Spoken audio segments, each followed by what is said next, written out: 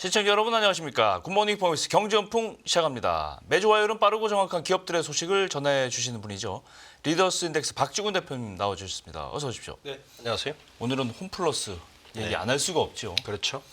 기업 회생 절차 들어갔는데 깜짝 놀랐어요. 저는 홈플러스가 이렇게 MBK가 지금 대주주인데 어저께 보니까 긴급 뉴스로 주거은행인 SC제일은행이 홈플러스 업무를 부도 처리하고 네, 금감원에는 보니까 당좌거래 정지 네, 통지가 그렇죠. 돼버렸어요. 네, 어떻게 된 겁니까 이게? 홈플러스가 지금 유통 채널에서 차지하는 비중이 상당히 클 텐데요. 크죠. 네. 일단 우리나라 전체 유통 시장을 한번 이제 전체 모습을 한번 봐야 되는데 예. 우리나라 유통 시장은 이제 지난해 한 23년 기준이네요. 기준으로 보면 온라인 채널에서 약 200조 정도 거래가 됩니다. 네. 그 매출 주위로 보면 네. 약 200조고 그 오프라인 쪽에는 이제 크게 세 가지가 있죠. 네. 우리가 알고 있는 슈퍼마켓이나 잡화점. 그렇죠. 그러니까 약간 큰 슈퍼마켓이나 잡화점 포함해서 편의점까지 포함해서 여기가 약 50조 정도 됩니다. 그리고 전통시장이 또 하나 있죠. 오프라인은. 그렇죠. 요게 25조 시장이에요. 그러면 이제 대형마트 시장 얼마인가? 대형마트는 2018년 이후에 34조로 고정돼 있어요.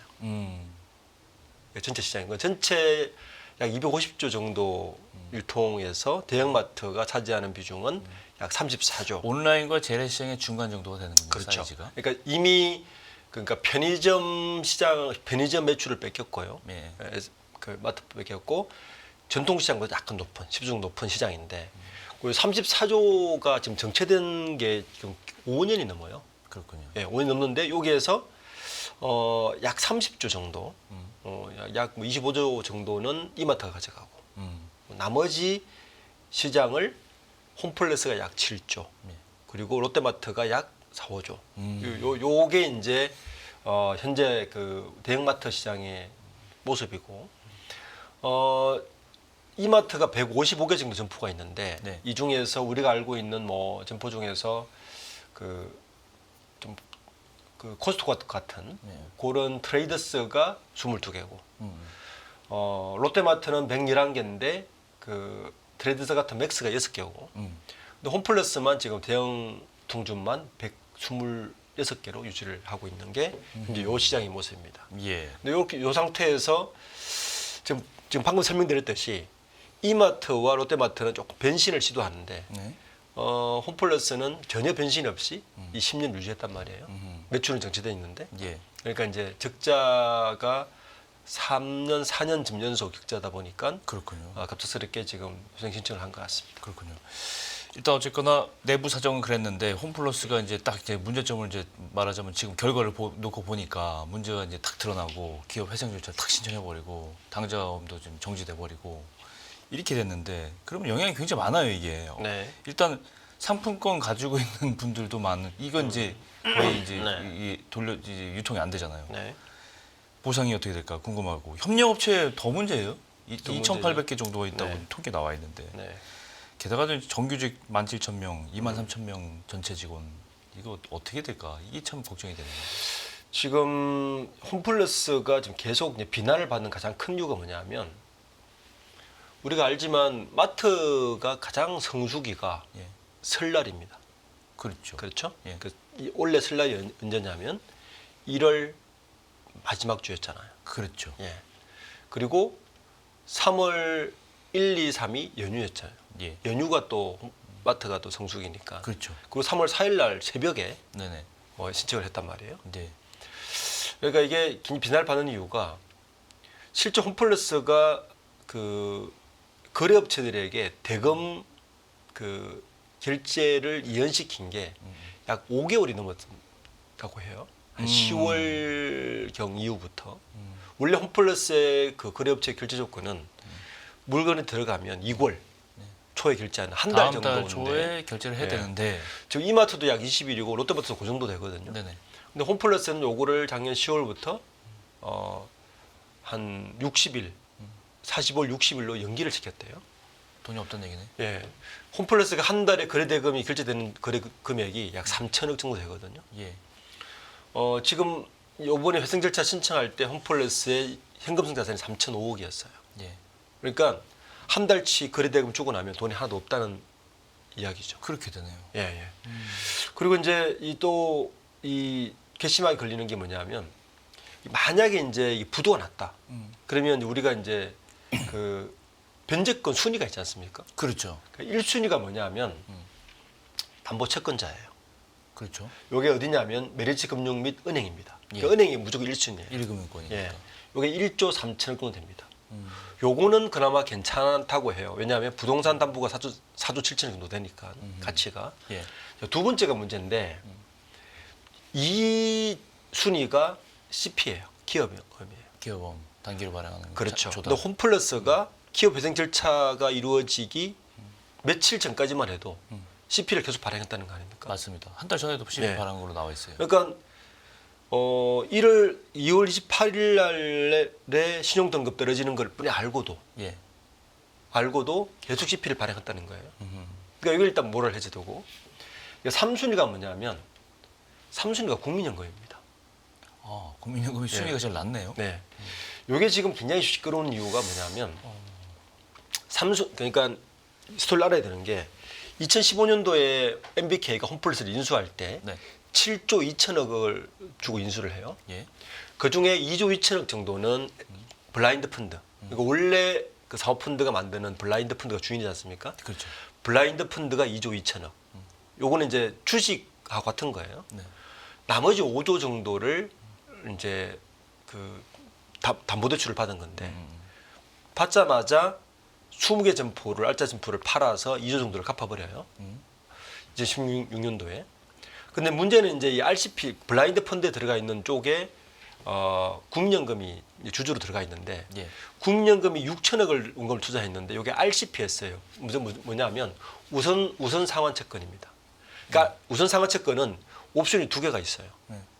내가 너희 투자했는데 너희가 장사를 잘해서 기업의 가치가 올라가면 나중에 나 이거 주식으로 받을게. 우선 상환 주주권이니까. 예, 예. 그런데 너희가 장사를 잘 못했어. 그러면 나 이거 주식은 포기하고 네. 그냥 채권으로 가지고 있을게. 그럼 2순위가 되는 거예요. 1순위, 2순위가 되는 예, 거예요. 예.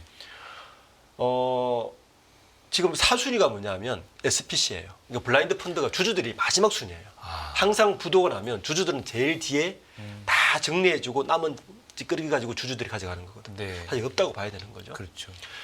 그래서 지금 논란이 되는 게 뭐냐면 국민연금이 RCPS를 가지고 있었는데 재밌게도 신용평가 이 홈플러스의 자본을 보면 예. 홈플러스의 자본이 재밌게도 이 홈플러스 자본이 계속 감소를 해요. 적자가 났으니까. 예. 그러니까 홈플러스 자본이 2020년도에 1조 3천억이었어요. 예. 그런데 갑자기 2023년도에 2,600으로 떨어져 버려요. 자본이 감소해 버리죠. 네네. 자본이 감소하면 부채 비율이 올라갈 것이고, 그렇죠. 그럼 시정평가 떨어질 것이고, 떨어지고. 그러다 보니까 이 회계를 어떻게 했냐면은 이 RCPS를 가지고 있는 요거를 평가를 받을 때 주식으로 평가받는 게 아니라 자본으로 편입시켜 버려요. 우리 채권인데, 그죠? 네. 그래서 갑자기 이번 평가할 때 이 RCP 국민연금이 가지고 있는 이게 채권이 아니라 주식으로 바뀌어 버리는 거예요. 그러면 신용등급엔 영향이 없겠네요. 등급이 덜 떨어지겠죠. 떨어지는 걸 방지하려고 한 거죠. 근데 이거를 하려면 국민연금의 허락을 받아야 될 거 아닙니까? 그렇죠. 국민연금 옵션을 가지고 있는데 네네. 그러다 보니 국민연금은 자연스럽게 순위가 어디로 가느냐? 가장 꼴찌로 가는 거예요. 이 논란이 지금 굉장히 시끄러운데 자본시장에서 일부러 그랬느냐? 국민연금이 알고 모른 채 한 거냐? 누구의 책임이냐? 그럼 굉장히 시끄럽습니다. 그렇겠네. 지금 그래서 이 만약에 홈플러스가 이제 회생 절차가 들어가면 1순위인 메리츠 금융도 지금 자불안석인데 1순위도 예.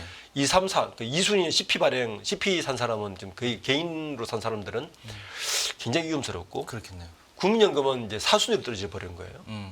지금 요 사태가 있어서 물론 이제 그 이번에 회생 절차를 함으로 인해서 당장 막을 수 있는 거는 거래업체들 네. 그리고 급여를 막을 수 있겠지만 당장 이제 방금 말씀하신 같이 정규직 뭐 17,000명이나 그다음에 뭐 이런 직원들을 포함한 것은 구조조정이 불가피하지 않을까라고 좀 보고 있습니다.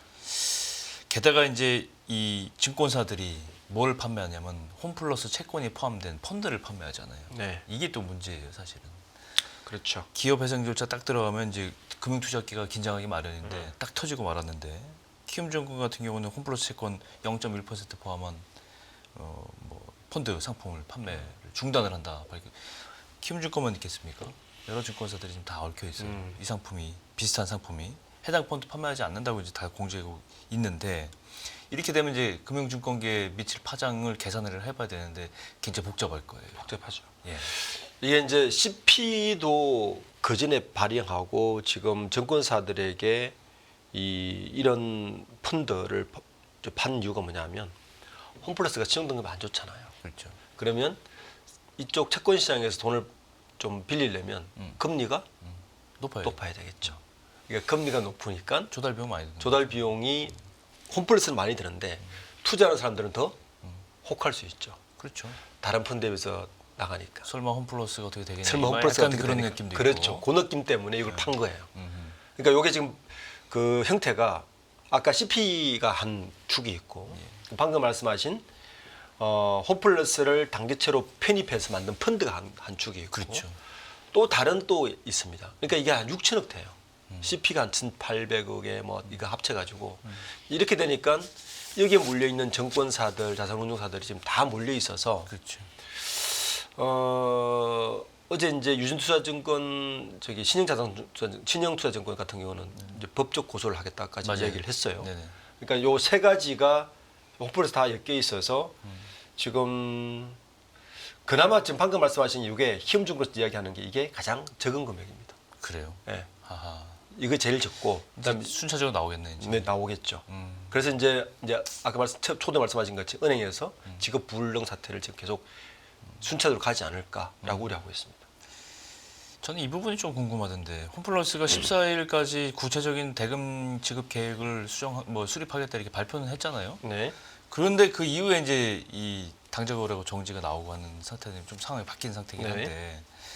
이제 홈플러스가 회생 절차를 개시한 다음에 이제 공익채권을 순차적으로 지급하고 있고 법원 승인 뒤인 7일부터도 회생채권도 지급하고 있다 이렇게 밝히고 했는데 이제 오늘부터는 어떻게 될지 모르겠어요. 네. 근데 이게 회생 절차 공익채권 같은 경우는 회생 절차 개시 이전 20일 내에 발행한 채권만 이제 변제를 해주는 그런 얘기인데 그 이전에 발행한 채권들은 어떻게 된다? 뭐 지급 전에 이제 법원의 판단이 필요하고 이게 복잡한 과정이 있는데 제 이해가 안 가더라고요. 이 부분이. 이게 뭐냐면 그 회생 절차가 딱 시행이 되면 예. 우선 그 상거래 채권이 지급 중지가 돼요. 그렇겠죠. 당연히 그렇겠죠. 네. 그러니까 우승을 치지 않겠습니까? 그런 돈 사람들. 빌리지 마 이제 지금부터는 이렇게 돼야 되는 거죠. 그러니까 물건을 넣었는데 돈을 안 주니까. 안 주죠. 안 주니까 난리가 난 거죠. 그리고 회생 절차까지 신청해 버렸으니까 이러다니까 일단 법원에서 야 그러면 급한 불부터 끄자. 그래서 그 회생 채권 변제 허가 신청을 받아들인 거예요. 요거는 빨리 갚아줘라. 그 20일 내까지 갚아주는데 그렇죠. 문제는 뭐냐면 그 이전에 이제 아까 제가 작년 10월부터 거래 조건이 바뀌면서 저는 늘어왔잖아요. 늘어왔잖아요. 대금 지급일이. 이건 어떻게 하겠다는 거예요. 그러니까. 그러니까 당장 그 홈플러스에 물건을 넣는 거래업체들, 뭐 식품업체 CJ제일제당이나 풀무원이나 뭐 그다음에 전자제품 LG전자, 삼성전자나 지난주에 갑자기 그럼 우리 물건 못 넣어 중단을 시켰죠. 그렇지. 그러니까 이게 물건 못 넣고 이게 막 악순환되면 부도가 급속하게 부도가 날 거네요. 그렇죠. 마트에 물건이 떨어지면 누가 마트를 가겠습니까? 그러니까요. 네. 그러니까 요걸 막으려고 우선 급한 불부터 끄라고 한 거예요.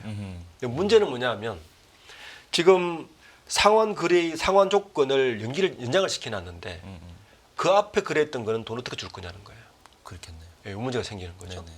그러니까 일단은 지금 그 업계에서 어떻게 했냐면은 선결제를 해주면 물건 넣어줄게. 이렇게 막아놓은 거예요. 그러니까 20일까지 하고 앞으로 지금부터 들어오는 거는 선결제가 없으면 우리가 너희들 어떻게 믿고 물건을 주니? 그렇겠죠. 물건 못 넣겠다라고 한 거고 그 앞에 채권은 아직까지는 홀딩돼 있는 거죠. 그러니까 무슨 말이냐면 법원에서 판단할 때 대형 마트가 물건이 들어오지 않고 하면 이게 부도가 급속하게 진행될 거니까 우선 물건을 돌려놓자. 돌려서 손님들을 오게 만들어 놓자라고 해서 이게 만들어진 거고 피해를 좀 최소화하기 위해서. 최소화하기 위해서.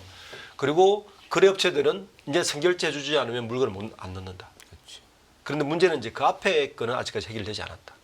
그 이게 지금도 아까 말씀드렸듯이 홈플러스의 캐시플로가 지금 그 물건값 지불해주고 나면 계속 돈이 떨어지고 그렇겠죠. 이런 건데 그렇겠죠. 얼마나 갈까? 이런 이제 불안이 계속 되어 있는 거죠. 아직 그 미지급된 대금이 얼마인지는 제가 본 적이 없거든요. 네. 그건 좀 구체적으로 좀 파악이 되면 나오면 좀 좋겠는데. 근본적으로 홈플러스가 기업 회생을 지금 MBK가 들어온 지가 지금 거의 10년이 다 돼가잖아요. 만 10년이 올해가 10년째. 그렇죠. 네. 근데 이제 MBK가 사모펀드들이 들어오면 기업 가치를 높여서 엑시트하는 거는 뭐 당연한 건데 네. 기업 가치를 높여야 되잖아요. 그렇죠. 높이기 위한 일련의 과정들을 거쳐야 되는데 좀 아까 설명하시는 걸 보면 전혀 움직이지 않고 있다가 이렇게 좀 파국을 맞는 형국으로 가고 있지 않느냐 이렇게 판단할 수 있는데 인수할 당시만 해도 뭐 2년 안에 1조 원을 투자하겠다 뭐 여러 가지 총사를 제시하고 이제 희망찬 미래를 약속을 했었는데 결과는 이제 그게 아닌 게 된 거죠. 네, 그렇죠. 어떤 과정이 있었을지 궁금합니다. 왜 이렇게 가치를 높이지 않고 놔뒀을까요? 이제 이번에도 언론들의 이야기를 보면 뭐 사업 MBK 김병주 회장이 사주 출연이라도 해야 되는 거 아니냐 이런 식의 이제 언론에서 나오는데 사실 이 사모펀드의 구조를 완전히 이해 못하고 있는 거죠. 그러니까 잘 보시면 MBK는 사모펀드잖아요. 네. 아까 홈플러스를 인수할 때 7조 2천을 주고 인수를 했는데 네. 그중에 2조 2천억만 사실은 그 자기 돈도 아니고 블라인드 펀드로 투자한 거예요. 그렇죠. 블라인드 펀드는 사모펀드는 기본적으로 50인 미만입니다. 49인까지 돈을 넣을 수 있어요.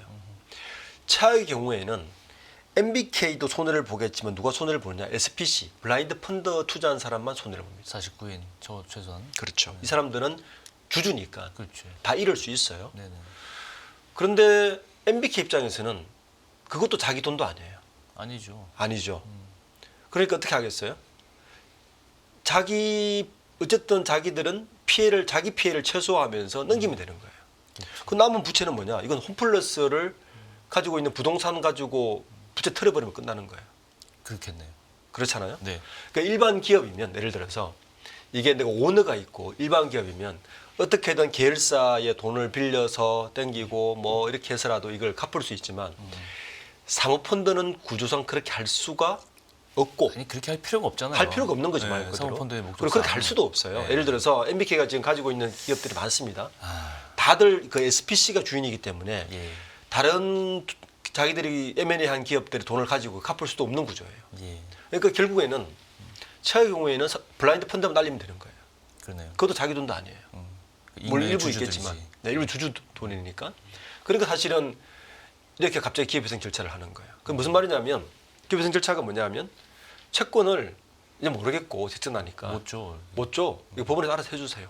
이거 아니에요. 그렇죠. 그러니까 문제의 발달은 뭐냐면 이 사모펀드는 말 그대로 사모펀드의 본연의 역할을 해야 됩니다. 사모펀드는 뭐냐면 시장에서 기업의 본질적 가치보다 떨어져 보이는 기업을 사서 그렇지. 블라인드 펀드를 구성해서 자 이거 우리가 사서 잘 조정하면 이 가치가 실제 100인데 지금 한 70대 있으니까 30 우리가 높여서 팔면 32억 받으니까 요 30 그렇죠. 블라인드 펀드에게 나눠주면 끝이에요. 그렇죠. 경영을 하는 게 아닙니다. 문제는 본인들이 경영을 하면서 문제가 발단 시작한 거예요. 그러니까 사모펀드의 본연의 일을 해야 되는데 본인의 일을 넘어선 일을 지금 하고 있는 거죠. 지금 그게 문제의 발단이라고 봅니다. 그러니까 지금 홈플러스도 10년을 끌었잖아요. 그러면 어떤 식으로든 결론을 내줘야 되는데 그렇지. 예를 들어서 본인들이 이야기했던 대로 기업의 본질적 가치를 높이겠다고 하면 지금 제가 초대에 말씀드렸듯이 이마트는 트레이드스를 만들었고 예. 뭐 그리고 그 롯데마트도 나름대로 자구체거해서 지금 중인데 예. 홈플러스만 아무것도 하지 않았습니다. 이 10년간을 그대로 방치 그 롤링만 시킨 거죠. 아니, 버리시면 그러면 밸류가 높아질 수가 높아질 수가 없을 텐데. 없는 거죠. 겨우 한 것이라고는 점포 20개 매각한 거예요. 그것도 매각해서 돈 갚은 거죠. 그렇죠. 예. 그런 일이라면 누구든지 할 수 있는데 이건 사모펀드 본연의 일을 하지 않았다고 밖에 볼 수 없는 거죠. 그게 과연 일부러 그런 건지 실력이 없었던 건지 그건 이제 차후에 좀 분석을 그렇죠. 해봐야 되는 문제인데 MBK가 지금 핫 이슈에 하나 또 걸리는 게 있잖아요. 영풍. MBK 파트너스하고 영풍 인수 이게 이제 고려인 인수가 이제 네. 걸려 있는데 홈플러스에서 MBK가 보여준 이 실력이라든가 뭐 실력이면 실력이고 이런 행태가 여기에도 분명히 영향을 미치지 않을까 이런 성토가 있지 않을까 싶은데. 물론 이제 MBK 쪽에서는 별개의 문제라고 이야기를 하지만 네. 사실은 외부에서 보면 별개의 문제가 될 수가 없는 아니죠. 거죠. 왜냐하면 그 고려아이언 최인부 회장 측과 네. 영풍 MBK 연합측이 큰 쟁점 중에 하나가 뭐냐면 이제 고려아이언 측에서 공격을 이렇게 했어요. 먹튀 사모펀드는 먹튀지 않느냐. 사서 주주조정해서 비싸게 파는 게 목적인데 고려아이언은 국가기관 산업이고 중장기적인 경영이 필요하고 본연의 가치가 있는데 그거 어떻게 살릴 거냐고 이야기를 공격을 했더니 그렇지. MBK 측에서 이야기한 게 하면요. 우리는 먹튀하지 않는다. 우리는 오랫동안 경영할 거다. 요게 이제 쟁점이에요. 홈플러스가 똑같잖아요. 그렇죠. 지금 또 하나 문제가 뭐냐면 홈플러스도 7조 2천억 중에 5조 5천억을 5조 정도를 돈을 빌려서 빌려서 한 거죠. 투자한 거잖아요. 지금 이번 고려아이언 개인권 문제에도 보면 그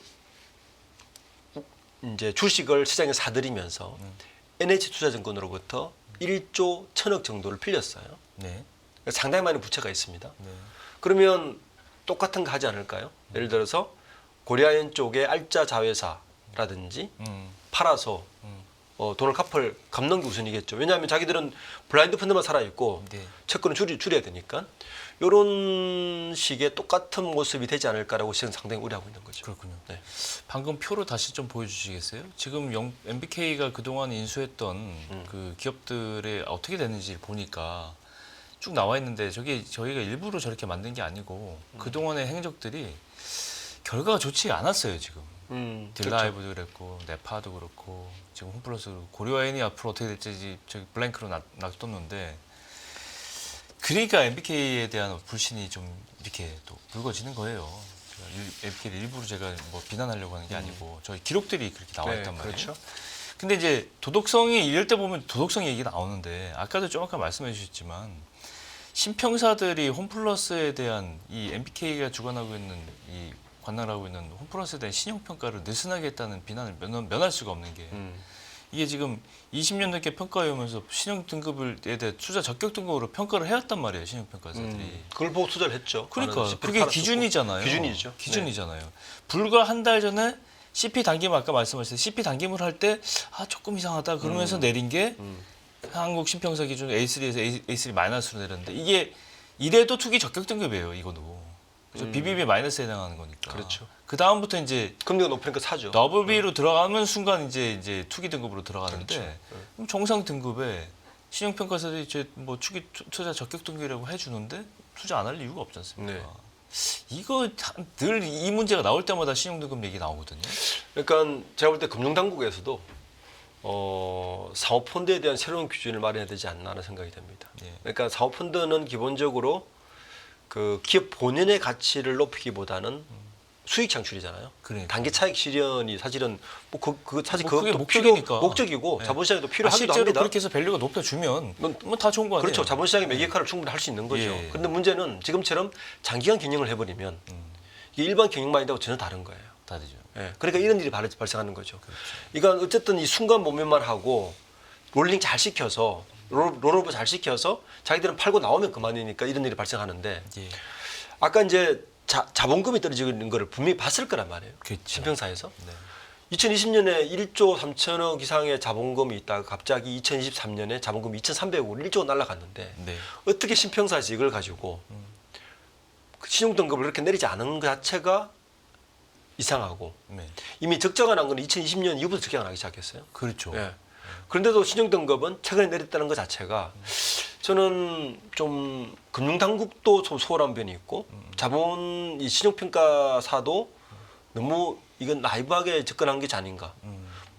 정부사들이야 그 신용평가표 보고 CP 발행하고 뭐 하는 거니까 일반 이게 이제 이번에 CP를 산 사람 중 개인도 꽤 많아요. 그렇죠. 네. 예. 직접 투자 많이 하지 않습니까? 많이 하죠. CP? 예. 그래서 당연히 금리가 높으니까 당연히 매력적이죠. 홈플러스를 믿고 이제 한 거 아닙니까? 네네.